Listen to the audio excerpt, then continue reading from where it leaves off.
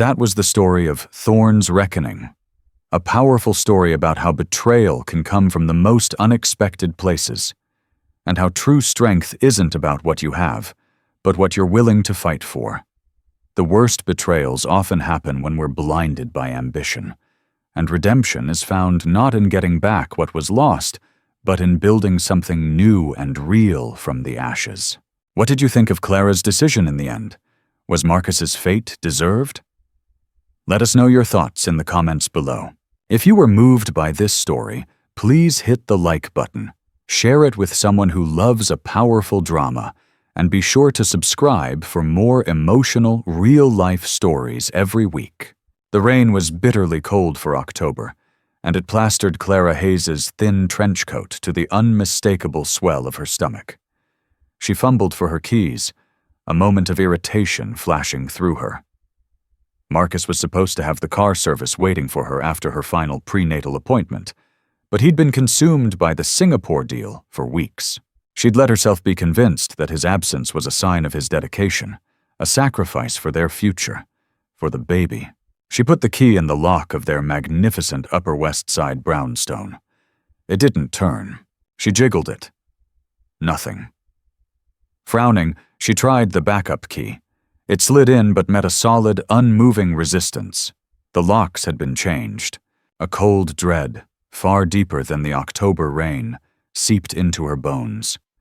She pressed the bell, the familiar, cheerful chime now sounding like a threat.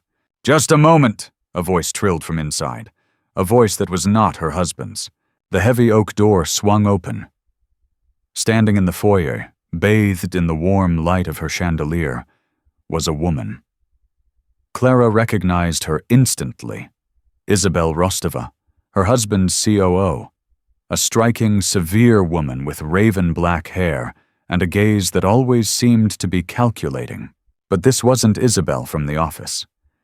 This Isabelle was wearing Marcus's favorite cashmere robe, the dark blue one Clara had bought him for his birthday. A tumbler of amber liquid swirled in her hand. "Isabelle, what's going on?" Clara's voice was breathy, confused. "Why are the locks changed? Where is Marcus?" Isabelle smiled, a slow, reptilian movement of her lips. "Marcus is in Singapore, Clara. He's finalizing the deal. He left me in charge of the transition." "Transition?" Clara's hand instinctively went to her belly, a protective shield. "What transition? Let me in, it's pouring." She tried to step past, but Isabelle shifted, blocking the doorway with her body. The power imbalance was immediate and absolute. Clara was outside, pregnant, wet, and locked out. Isabelle was inside, warm and in possession. "That's the thing, Clara," Isabelle said, taking a delicate sip of the scotch. "It's not your house anymore. Marcus has decided to divest himself of non-performing assets." Clara's mind struggled to catch up. This was business language. This was a hostile takeover. "Non-performing assets? I'm his wife. I'm carrying his child." "You were his wife. The papers were filed this morning. Irreconcilable differences." Isabelle's gaze dropped to Clara's stomach. "And the attachment is precisely the liability he's cutting loose. He can't have this kind of messy distraction while building an empire. Filed? He can't. We didn't talk." A wave of nausea and dizziness swept over her. "This is insane. Marcus would never—" "Marcus would, and Marcus did." Isabelle's voice was sharp, cutting. "He signed the power of attorney over to me 2 weeks ago. I'm handling all his domestic affairs, and the first order of business was removing you. Your things are in storage. You'll get a link to the inventory tomorrow." "My things? The nursery?" Clara thought of the small, pale yellow room she had spent a month painting, the antique mobile of wooden birds she had found in a small shop upstate. All of it. It was a package deal. Isabelle leaned against the doorframe. "You were always so trusting, Clara. You thought being his inspiration was a job title. You thought this baby would be an anchor. It's not. It's dead weight. And Marcus always cuts the dead weight." The betrayal was so profound, so sudden, It was like a physical blow. This wasn't just an affair. This was an eviction, an erasure. "He will call me," Clara whispered, shaking, her teeth chattering from cold and shock. "When he lands, he will call me, and he will fix this." "He won't?" Isabelle's smile widened. "Because I'm the one holding his phone. I'm the one who told him you'd left for your mother's in California, that you couldn't handle the stress of the deal and needed space. He's relieved, honestly. He'll be persuadable to my version of events when he returns." She tossed the rest of the scotch onto the wet marble steps, the liquid splashing near Clara's feet. "Go to a hotel. The firm will cover it for one night. After that, you're on your own. Goodbye, Clara." The door clicked shut. The deadbolt, the one she had heard from the outside, slid home. Clara Hayes stood there for a full minute, the rain washing away the tears she hadn't yet realized she was crying. She reached into her purse for her phone to call her mother, to call anyone. But her hand brushed against her wallet. She pulled out her cards. The Amex Black, the joint checking debit. She tried to call Marcus. The phone went straight to voicemail. "This is Marcus Thorne. Leave a message." She tried to call her mother. Call failed. Her phone plan had been disconnected. She walked in a daze to the end of the block, the wind whipping her wet hair against her face. She found a bodega, the light garish and buzzing. She tried to buy a bottle of water. The card machine beeped. Declined. She tried the debit card. Declined. Account frozen. Isabelle hadn't just taken her home. She had taken her name, her money, and her past. Clara Hayes, wife of a billionaire, was 8 months pregnant, standing in a rainy bodega with $2.37 in change at the bottom of her purse. There is a particular kind of numbness that follows absolute catastrophe. Clara's body moved, but her mind was still on the steps, staring at the closed door.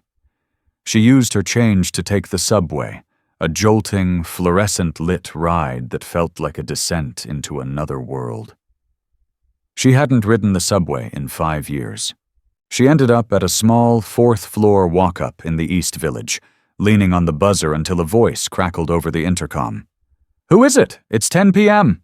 "Maya, it's me, it's Clara." The buzzer sounded instantly. Maya Chen was not just Clara's friend. She was the maid of honor Clara had insisted on, much to Marcus's polite confusion. Maya was a legal aid attorney who fought slumlords. She wore thrift store blazers and an expression of perpetual righteous anger. She was the complete opposite of Marcus's polished world.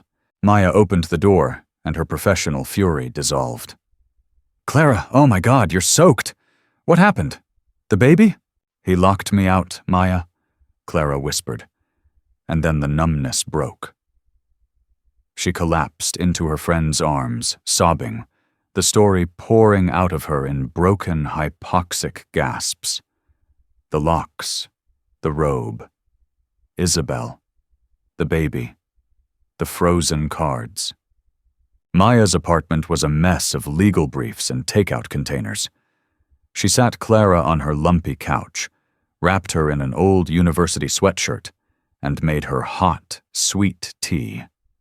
For 10 minutes, Maya just listened, her expression hardening from concern to a cold, controlled rage. "Okay," Maya said, her voice quiet. "She didn't just kick you out, Clara. She executed a strategic dissolution of your life. This isn't a cheating husband. This is a corporate purge." "But why?" Clara cried, cradling the hot mug.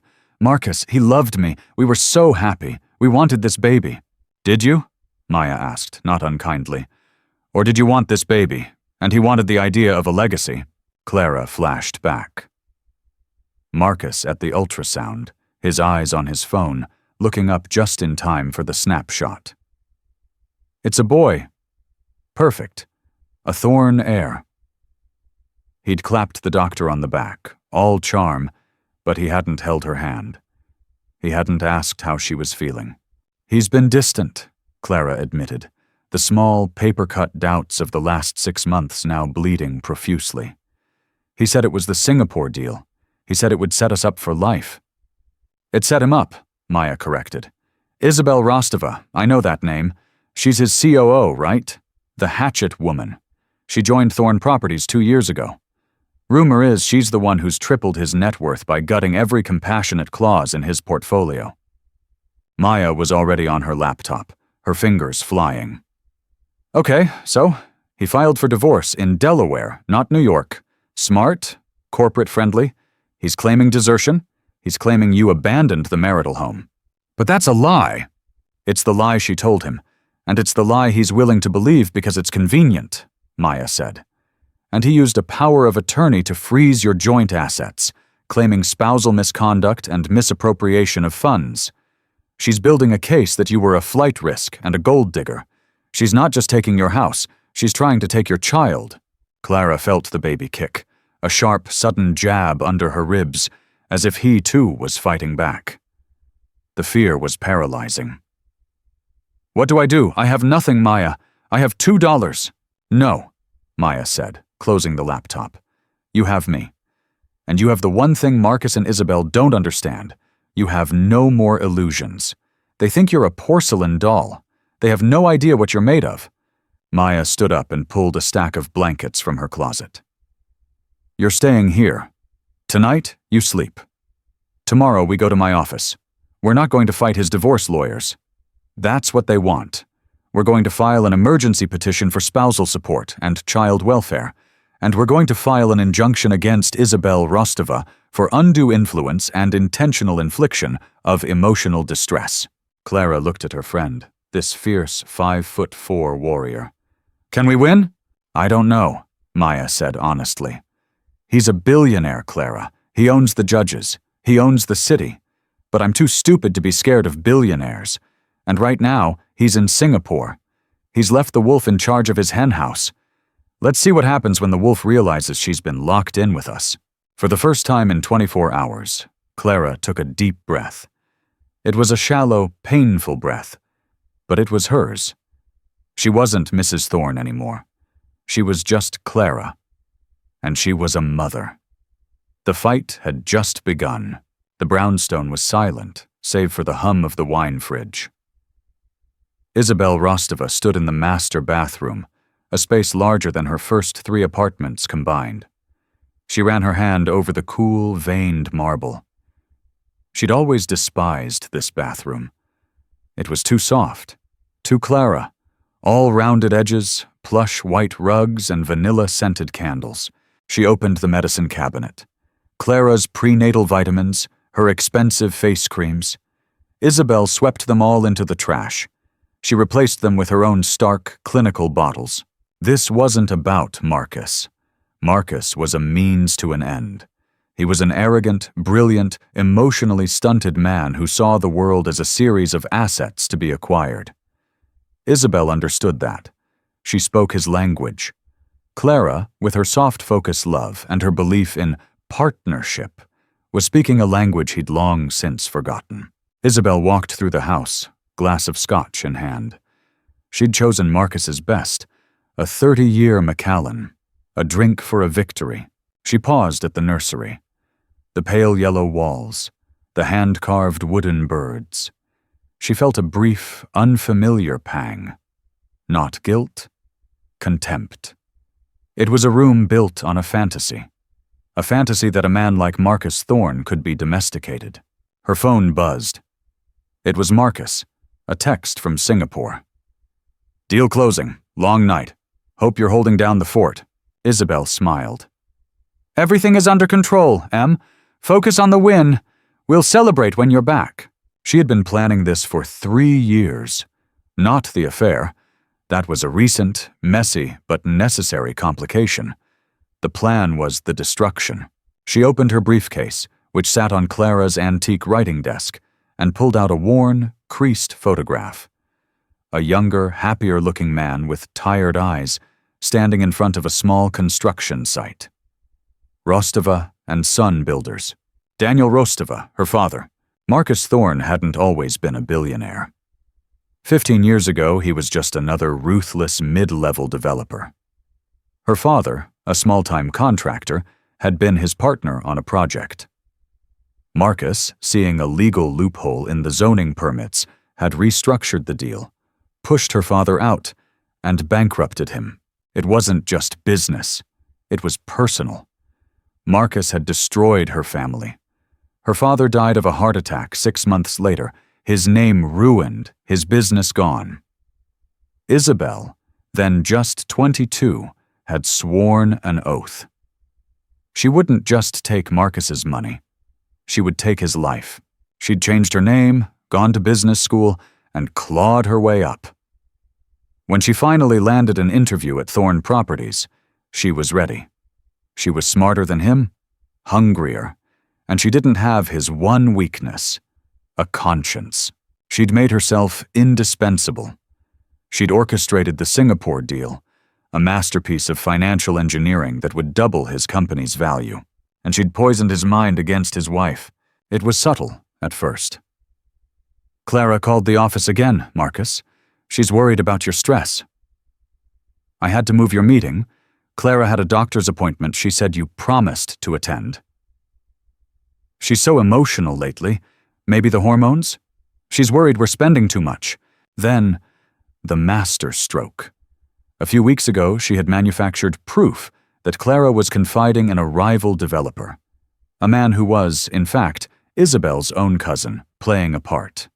She'd suggested Clara was leaking information, that she was building a nest egg to leave him. Marcus, already paranoid and stressed from the deal, had swallowed the bait. He saw betrayal everywhere. "She's a liability," Isabelle had told him, using his own word. "Let me handle her. Let me insulate you. Sign this power of attorney. I'll move her out quietly to one of the penthouses.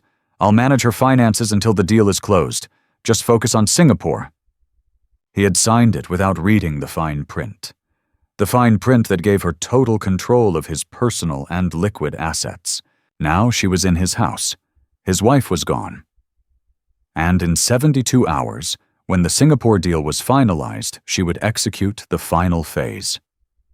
While Marcus was in the air, she would use his own assets to trigger a margin call, leveraging the new acquisition against his old debts. He wouldn't just lose his wife, he would lose his company. Isabelle Rostova finished her drink. She was not a mistress trying to steal a husband. She was a daughter avenging her father. And she had just burned Marcus Thorne's empire to the ground. She just had to wait for him to fly home and notice the ashes. Marcus Thorne despised flying commercial. He sat in the custom-designed cabin of his Gulfstream G650, a sterile beige and chrome tube hurtling him away from Singapore. The deal was done. He'd just acquired Asia's largest independent rate. He was no longer a New York billionaire. He was a global one. He should have been euphoric. Instead, he was exhausted and vaguely annoyed. His phone, finally back in his hand after 48 hours of secure room negotiations, felt alien. Isabelle had been managing his communications, and her updates had been efficient. "Clara is settled. Don't worry. Legal is handled. Focus." He'd been grateful for the buffer. Clara, she was a good woman. The best. But she was soft. She didn't understand the pressure. Her constant, gentle questions. "When will you be home? Are you eating? Do you think the baby can feel your stress?" had felt less like concern and more like accusations. When Isabelle had shown him the evidence, texts from Clara to that weasel, Alex Vasily, a competitor, he hadn't felt betrayal. He'd felt offended. Offended that she was so clumsy, so stupid. And then, the cold, hard logic had taken over. A pregnant, emotional wife, potentially leaking information? It was a risk he couldn't afford. Isabelle's solution was, as always, clean. Move Clara out. Freeze the assets to stop the leak. Give her space. Handle the problem. He'd been relieved to sign the papers, to delegate the emotional mess. Now, cruising at 40,000 feet, a sliver of discomfort pricked at him. He hadn't spoken to his wife in a week. He was about to be a father. He looked at the picture on his phone's lock screen. It was from a year ago, at a gala. Clara, luminous in a green dress, looking at him with an unguarded adoration that, at the time, he'd found fitting. Now, it just made him feel tired. He poured himself a Macallan 18. He'd earned it. His satellite phone rang. It was his personal banker from Credit Suisse. "Marcus." The voice was tight, anxious. "We have a problem, a significant problem." Marcus sat up. "What is it, Jean-Pierre?" "There's been a series of margin calls against your personal portfolio. They were triggered an hour ago, leveraged against the new Singapore acquisition. Marcus, the orders are coming from inside your company, using your digital signature." The blood drained from Marcus's face. The glass in his hand stopped halfway to his lips. "That's impossible. I'm in the air. The only other person with that authority is Isabelle Rostova. Whoever it is, they've initiated a catastrophic liquidation. They're dumping Thorn stock to cover the margin. The market is closed, but in pre-trading, your stock is down 60%. Marcus, by the time the market opens in New York, you'll be wiped out. You have to stop this." Marcus's mind raced. This wasn't a mistake. This was a coup. "Isabelle," he whispered. She had played him. The lies about Clara, the power of attorney, the Singapore deal. It wasn't the prize, it was the trigger. She'd used his own ambition as the gun, and his signature as the bullet. He tried Isabelle's number, straight to voicemail. He tried his office. No answer. He slammed his fist against the bulkhead. "Get me to New York, now!" he roared at the pilot. "Tell them it's a medical emergency. I don't care. Land." He was 14 hours away. 14 hours from financial ruin. He stared out the window at the endless, dark ocean below. He'd been so focused on the enemy in front of him that he never saw the one sitting at his right hand. And then a new, colder thought hit him. If Isabelle had done this to his company, what exactly had she handled when it came to his wife? The text message he'd ignored. "Clara is settled," now seemed infinitely sinister. He'd delegated the mess. He was beginning to realize the mess was all he had left. The waiting room at the St. Jude's Women's Clinic was painted a relentlessly cheerful, peeling mint green. It smelled of antiseptic and burnt coffee. Clara sat on a hard plastic chair, her knees pressed together, her hands folded over the swell of her belly. This was her rock bottom. After 2 days at Maya's, Clara had woken up with a terrifying, sharp cramping. Maya, panicked, had put her in a cab, paid for in cash, to the nearest public clinic. She was surrounded by women. Teenagers staring at their phones, exhausted mothers trying to wrangle toddlers, women who looked like the city had chewed them up and spit them out. And then there was her, Clara, in her $200 maternity dress, now wrinkled and stained. The other women looked at her with a mixture of curiosity and resentment. She was a tourist in their world of real-world suffering. "Clara Hayes?" a nurse called. Clara winced, rising. The name felt wrong. She wasn't Clara Hayes, the designer. She wasn't Clara Thorne, the billionaire's wife. She was just a number in a queue. The exam room was small and cold. The nurse, a robust woman named Brenda, had a no-nonsense face and kind eyes. "All right, sweetheart, let's get you on the table. You're 35 weeks." 36, Clara whispered. "And this is your first? And your doctor is—" "Dr. Allister, at Lenox Hill."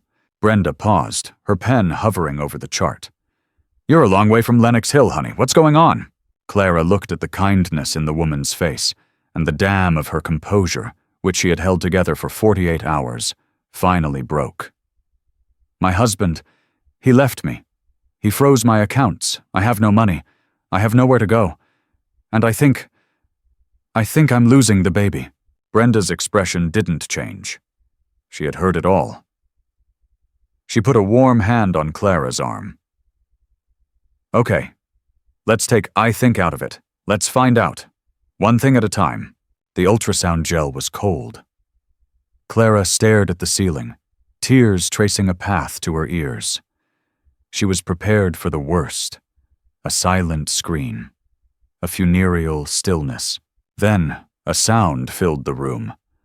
A strong, rhythmic, impossibly fast whoosh, whoosh, whoosh. "Well," Brenda grinned, "he's not quiet, is he? Heartbeat is a strong 150. He's just fine." Clara let out a sob of pure, unadulterated relief. "But," Brenda said, her tone shifting, "you're not fine. Your blood pressure is sky high. You're dehydrated, and these cramps are from stress.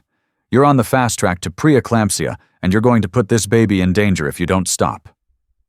"Stop what?" Clara asked, helpless. "Stop being homeless? Stop being terrified? Stop thinking you're alone." Brenda handed her a tissue. "You're in the system now. We're going to get you on emergency Medicaid. We're going to get you a social worker. And we are going to make sure you and this baby are safe." "But Clara, that life you had? It's gone. You need to mourn it, and you need to mourn it fast. Because this little boy," she tapped the screen, "doesn't care about brownstones or billionaires. He just cares about you. You're his world. It's time to start acting like it." It was the cruelest and kindest thing anyone had ever said to her. The humiliation she'd felt in the waiting room was gone.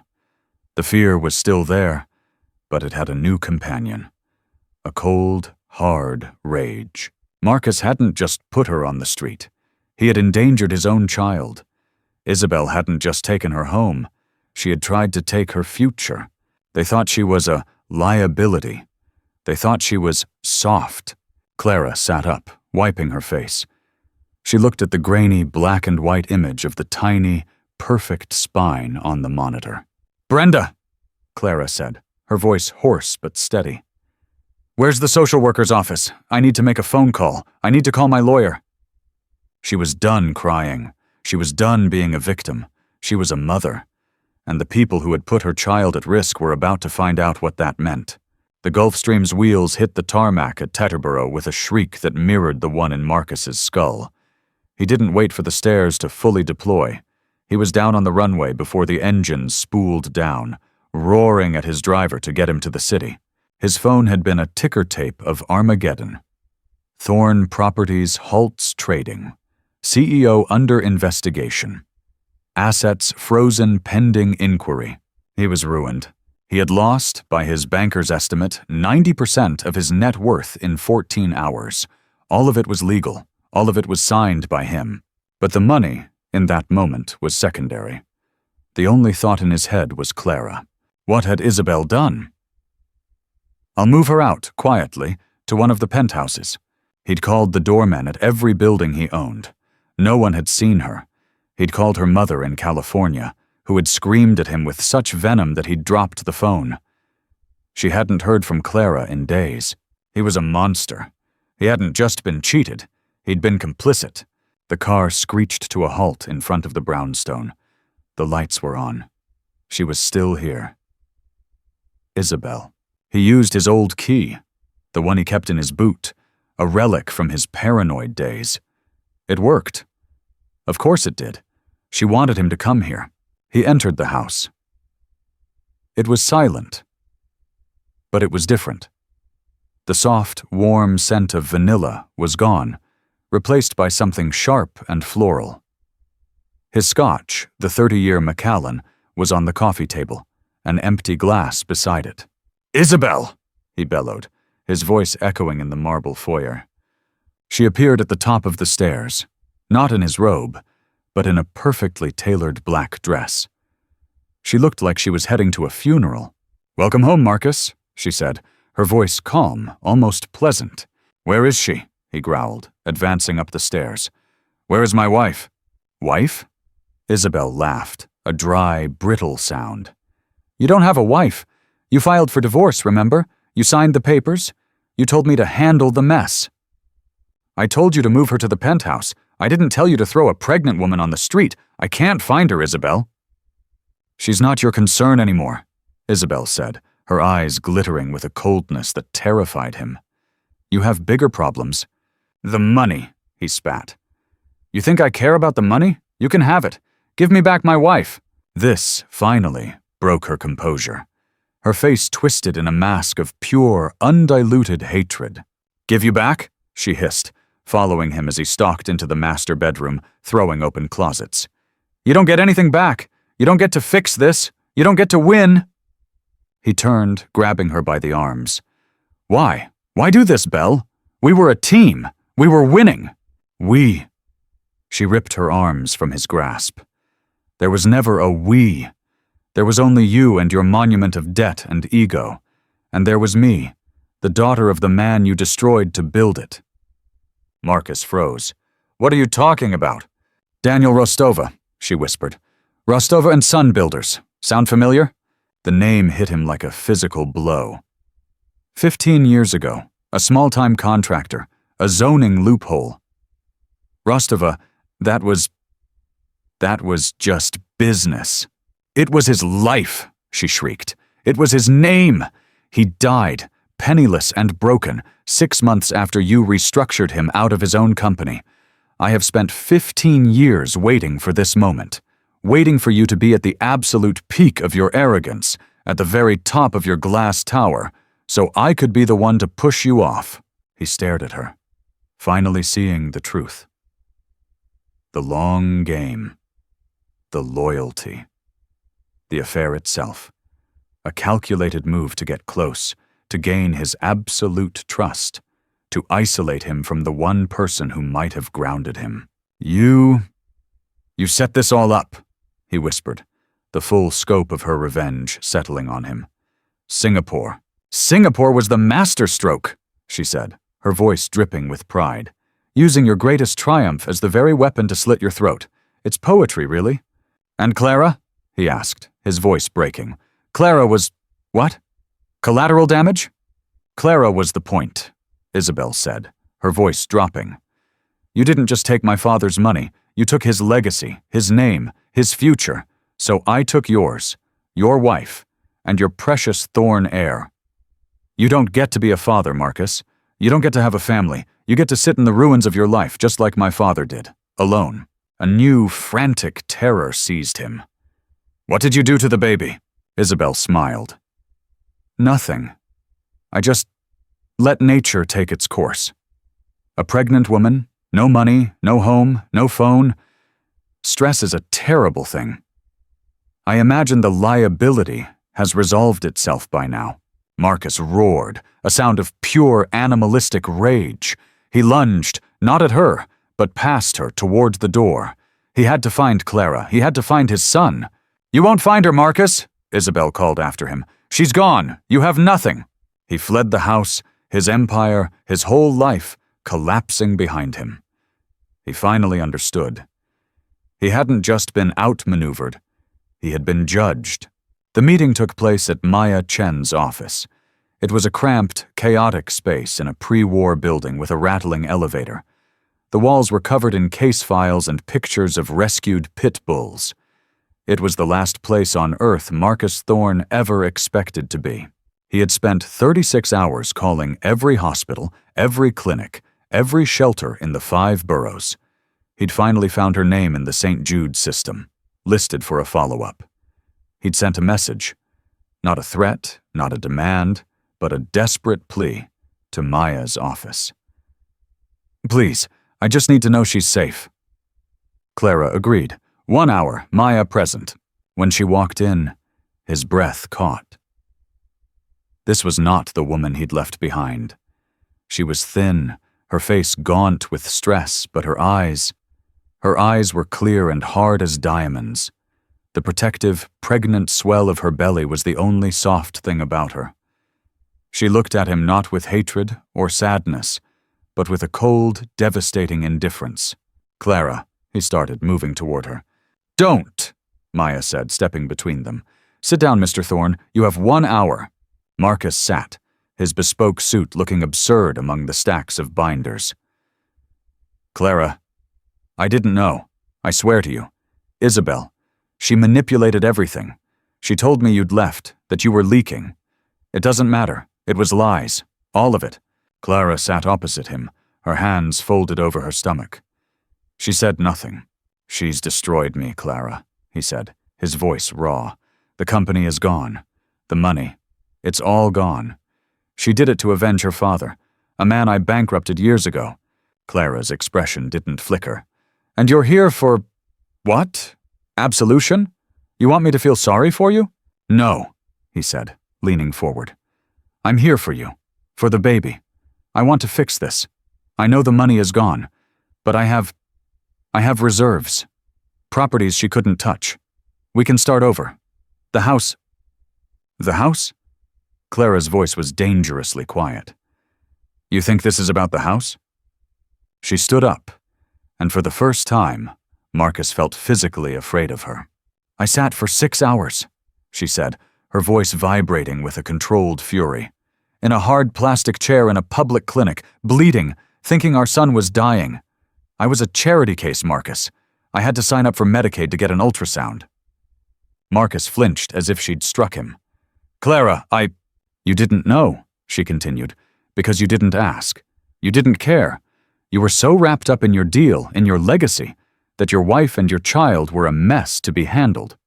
You gave that vulture a power of attorney. You gave her the gun, Marcus. You told her to shoot. I was trying to protect the company, but to protect us. You were protecting you.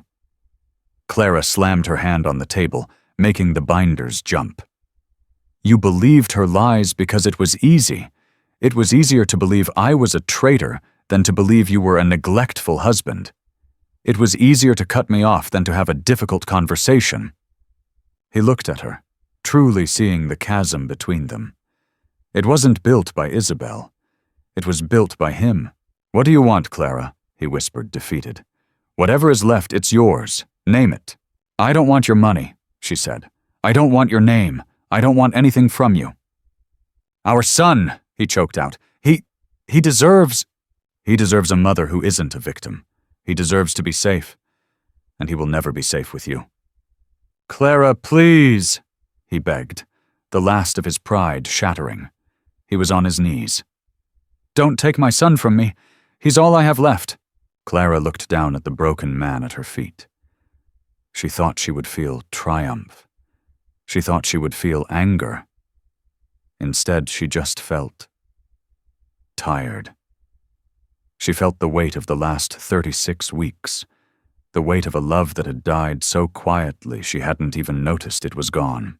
He's not yours to have, Marcus, she said, her voice softening, which was somehow more brutal. He's mine.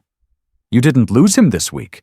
You lost him months ago, every time you chose a phone call over a doctor's appointment, every time you chose a deal over a dinner, every time you looked at me and saw a liability instead of a wife. Maya will be in touch about the divorce. I won't contest it, and I won't ask for a penny.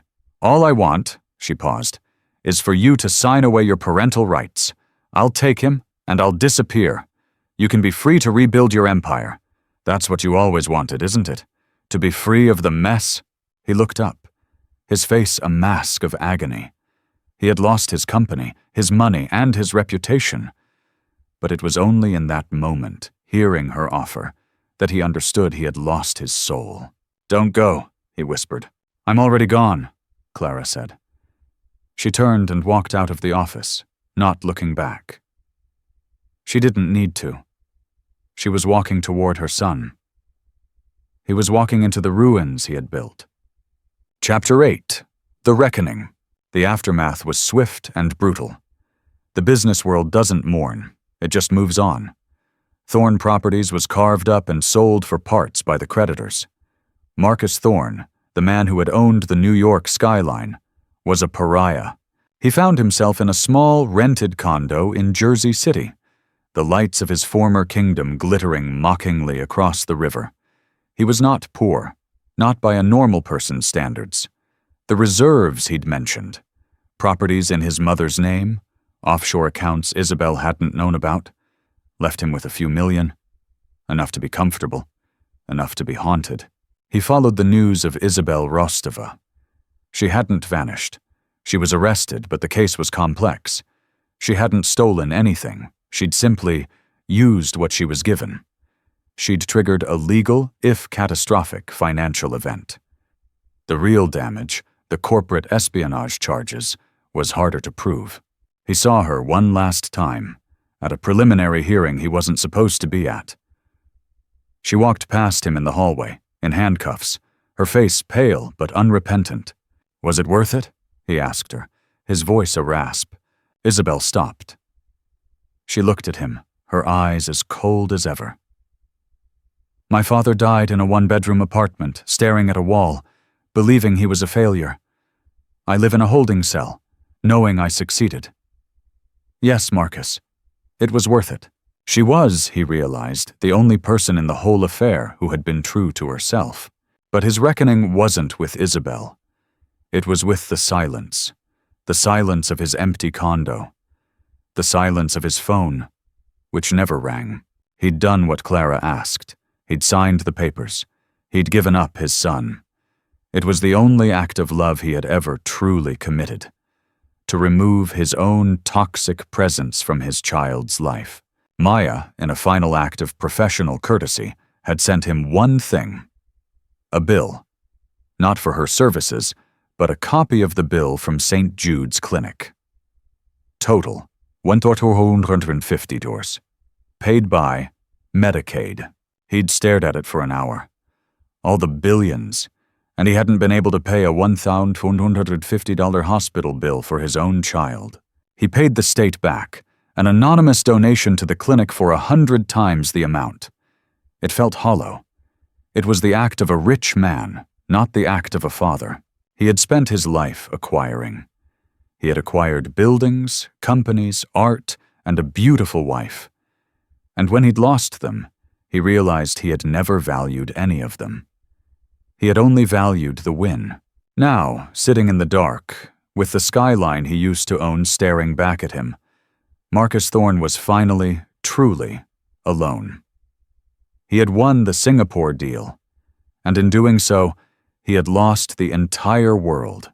The light that streamed into Clara's new apartment was bright, clear, and unfiltered.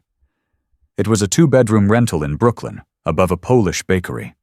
It smelled of coffee and fresh bread in the mornings. It was perfect. The second bedroom was no longer pale yellow. It was a vibrant, cheerful blue. In the center of it stood a simple crib, and in that crib slept Theodore Theo Chen Hayes. He was 3 months old. He had Clara's eyes and a furious, determined little frown that was all Maya. Clara hadn't just survived. She'd rebuilt. She and Maya had started a small firm, Chen and Hayes Designs. Maya handled the legal side of property law, protecting tenants, fighting zoning boards. Clara designed spaces for people, not for portfolios. She specialized in community centers, clinics, and affordable housing. She'd even redesigned the waiting room at St. Jude's, painting it a warm, welcoming terracotta and filling it with durable, comfortable furniture. Her life was small, and it was real. She was rocking Theo in the living room, sketching a design for a rooftop garden, when the buzzer rang. It was a delivery, a large, flat box. There was no return address, but she knew. She opened it. Inside was a painting. It wasn't a priceless original. It was a simple, beautiful watercolor of the view from their old brownstone, looking out over the park in autumn. It was a painting she herself had bought at a student art fair before she even met Marcus. It had hung in her small pre-marriage apartment. He had kept it. Or more likely, it had been in the storage unit Isabelle had packed up. At the bottom of the box was a small, plain envelope. Inside, a single card. "I know I have no right, but I wanted his first inheritance to be something that was yours, not mine. I am so sorry, Clara." There was no signature. She looked at the painting. It was a picture of a life that felt like a dream, a life that belonged to someone else. She thought she would feel a sting of anger, or the ghost of pain. She felt nothing, just a quiet, settled peace. She put the painting down, leaning it against the wall. She wouldn't hang it, but she wouldn't throw it away. It was a part of her story, the part that had led her here. Theo stirred, making a small, fussy noise. Clara smiled, her attention snapping back to the only thing that mattered. "Shh, baby," she whispered, kissing the top of his head. "It's just us. We're home." She picked him up, holding him close, and went to the window. She looked out, not at a grand park or a glittering skyline, but at the bustling, beautifully imperfect Brooklyn street. It was all hers. That was the story of Thorn's Reckoning. A powerful story about how betrayal can come from the most unexpected places, and how true strength isn't about what you have, but what you're willing to fight for. The worst betrayals often happen when we're blinded by ambition, and redemption is found not in getting back what was lost, but in building something new and real from the ashes. What did you think of Clara's decision in the end? Was Marcus's fate deserved? Let us know your thoughts in the comments below. If you were moved by this story, please hit the like button, share it with someone who loves a powerful drama, and be sure to subscribe for more emotional, real-life stories every week.